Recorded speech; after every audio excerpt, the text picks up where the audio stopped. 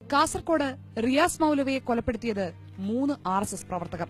കുത്തിക്കൊന്നത് 17കാരനായ RSS പ്രവർത്തകൻ. മതവിദ്വേഷം തീർക്കാൻ അന്യസമുദായത്തിൽപ്പെട്ട ഒരാളെ കണ്ടുപിടിക്കാൻ 4.5 കിലോമീറ്റർ കത്തി ഊരിപ്പിടിച്ചാണ് ഈ 3 പ്രതികളും വർഗീയ വിദ്വേഷം പരത്തി ഇറങ്ങി നടന്നതെന്ന് പോലീസ് റിപ്പോർട്ട്. കൊല്ലപ്പെട്ട മുഹമ്മദ് റിയാസിനെ പ്രതികൾക്ക് മുൻപരിചയമോ വിദ്വേഷമോ ഇല്ല. എന്നിട്ടും ആദ്യം കണ്ട അന്യമതസ്ഥനെ കുത്തിക്കൊന്ന് അവർ വൈരം തീർത്തു. സാമുദായിക സംഘർഷമുണ്ടാക്കാൻ ശ്രമം അടക്കമുള്ള വകുപ്പുകൾ ചേർത്താണ് ഈ 3 RSSകാർക്കുമെതിരെയുള്ള കേസ്. ആ നാട് കത്തി അമരാതിരുന്നത്, കലാപത്തിയിലേക്ക് പ്രകോപിപ്പിക്കപ്പെടാതിരുന്നത് അവിടുത്തെ മനുഷ്യർ കാണിച്ച അസാമാന്യമായ സംയമനത്തിന്റെ മാത്രം കരുത്തിലാണ്. മാപ്പില്ലാത്ത പ്രകോപനത്തിനു മുന്നിലും അസാമാന്യ മനുഷ്യത്വം പ്രകടിപ്പിച്ച ആ നാട്ടുകാരോട് ഇന്നും കടപ്പെട്ടിരിക്കുന്നു കേരളം. അവിടെ കൊലയാളികൾ RSS പ്രവർത്തകർ തന്നെയാണ്. പ്രകോപനം മതവിദ്വേഷം മാത്രം. രാജ്യവ്യാപകമായി കേരളത്തിലെ രാഷ്ട്രീയ അക്രമങ്ങൾക്കെതിരെ, കൊലപാതക രാഷ്ട്രീയത്തിനെതിരെ വ്യാപക പ്രചാരണം നടത്തുമ്പോൾ തന്നെയാണ് കേരളത്തിൽ RSSകാർ ഒരു പ്രകോപനവുമില്ലാതെ മനുഷ്യരെ കൊന്നു തള്ളുന്നത്. കഴിഞ്ഞ 3 മാസമായി രാജ്യവ്യാപകമായി വൻ പ്രചാരണത്തിലാണ് BJP RSS സംഘടനകൾ.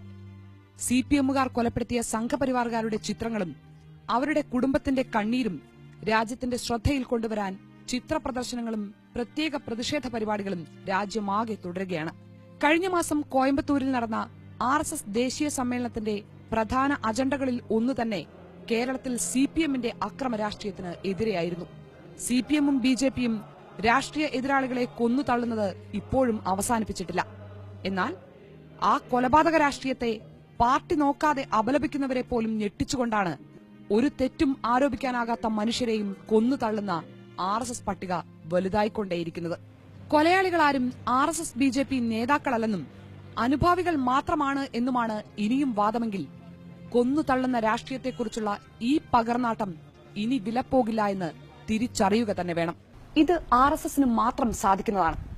ഒരു വശത്ത് രാജ്യവ്യാപകമായി കേരളത്തിലെ കൊലപാതക രാഷ്ട്രീയത്തെക്കുറിച്ച് പ്രചാരണം നടത്തുക, മറുവശത്ത് രാഷ്ട്രീയ എതിരാളികൾ എന്നുപോലും ആരോപിക്കാനാകാത്ത മനുഷ്യരെ ഒരു കാരണവുമില്ലാതെ കൊന്നു തള്ളുക. എന്നിട്ട് അതറിയാത്ത മട്ടിൽ ഇവിടെ വിലാപം തുടരുക. അക്രമ രാഷ്ട്രീയത്തിനെതിരായ പ്രചാരണവും വിലാപവുമായി ഇനി വരുമ്പോൾ ഒന്നോർക്കുക, വസ്തുതകൾ നിങ്ങളുടെ മുഖത്തടിക്കും. മനുഷ്യത്വ വിരുദ്ധമായ, ജനാധിപത്യ വിരുദ്ധമായ ഈ രാഷ്ട്രീയം ചെറുക്കാനുള്ള ബാധ്യത ജനാധിപത്യ സമൂഹത്തിനാകെയുണ്ട്. പറയാതെ വയ്യ വീണ്ടും അടുത്തയാഴ്ച. നമസ്കാരം.